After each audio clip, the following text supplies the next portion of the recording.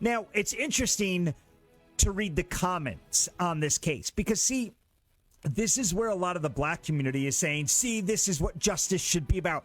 This is what a real judge should have done in the Rittenhouse trial. And I'm thinking, no, these cases were black and white. They were day and night. I mean, miles apart.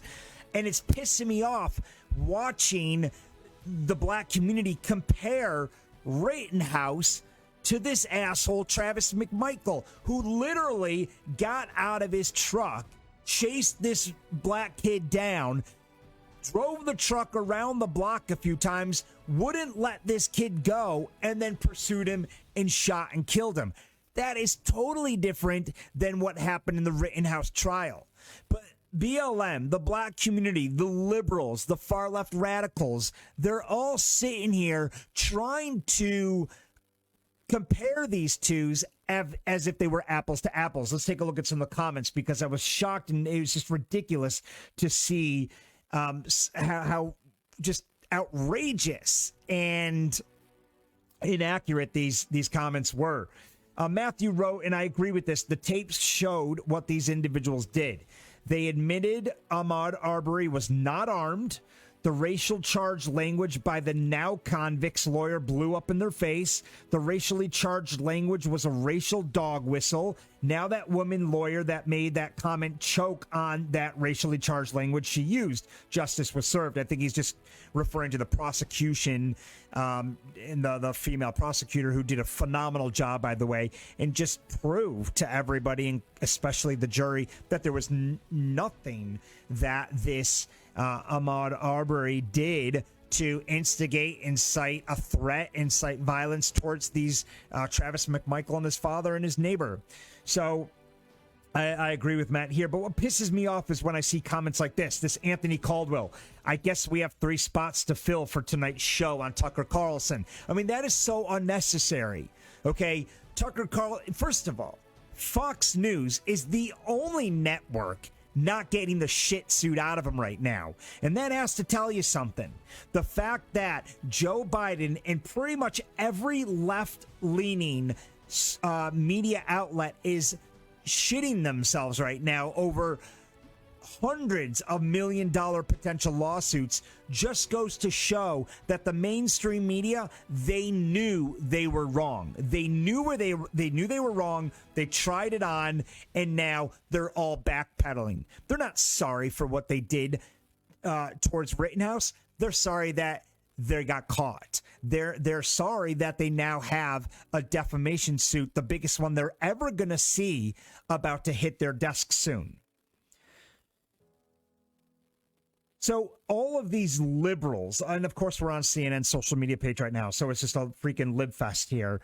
They're all kind of comparing this to Rittenhouse, and they're applauding the judge, and they're slamming the Rittenhouse judge. They're saying, see, this Arbery judge, that's a real judge. That's exactly what you'd expect in a courtroom. Well, no, a judge can act any way they want as long as they're acting within the realms of the law and the legal case.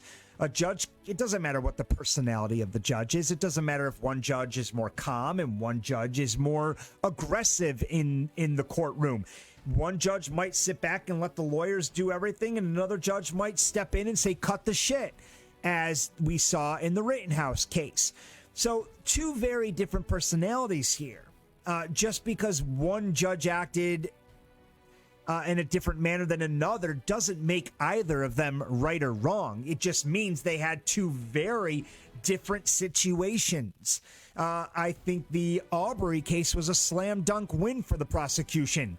I think the Rittenhouse case should have been a slam dunk win for the defense. And as soon as the prosecution got out of line, and we all saw it, as soon as they got out of line, the Rittenhouse judge had to rein them in and say, listen, guys, you know this is unacceptable. Cut the shit. And the judge and the prosecution and the defense in the Rittenhouse case, they all worked together for years now. This wasn't their first case. They all know each other. Outside of the courtroom, they're probably all buddies. But in the courtroom, the judge forced the defense and the prosecution to check all of the propaganda BS at the door, and he wanted nothing to do with it coming into the courtroom. So this is not an apples to apples case. Joan here says a glimmer of hope for America's justice system. What do you mean a glimmer of hope? We saw a glimmer of hope we just saw in the Rittenhouse case. I mean, that was thank God that happened. So for these people now to say, there's a glimmer of hope from America's justice system is just completely inaccurate and totally wrong. Joan goes on to say, mind you, this case was so blatantly obvious that had the decision been otherwise, even Republicans could not have found an excuse for it. And see, this is where these liberals have no idea what the hell they're talking about. Because I am a Republican, and I have said from day one, this Arbery case was so obvious. I didn't think in a million years these three men, as soon as I started to learn and hear what actually happened in court, as soon as I started to see all that, I then agreed with not Democrats, not Republicans, but with the judicial system. I agreed with it. As a hardcore conservative, as a constitutionalist, as a 2A buff, as a Trumper, I agreed with the jury on this case. I was with the prosecution the entire time. And I'm glad justice was served and that this Arbery kid's family could, I don't want to say sleep peacefully at night, because that's hard to do when you've lost your, a child, a son, or a brother. It's very hard to ever sleep peacefully again, but at least they'll sleep just a little bit better knowing that these three men who basically hunted this kid down and killed him for not really much of a reason. I'm just glad that, the verdict was served the way it is to give these family members a little bit more comfort in their lives.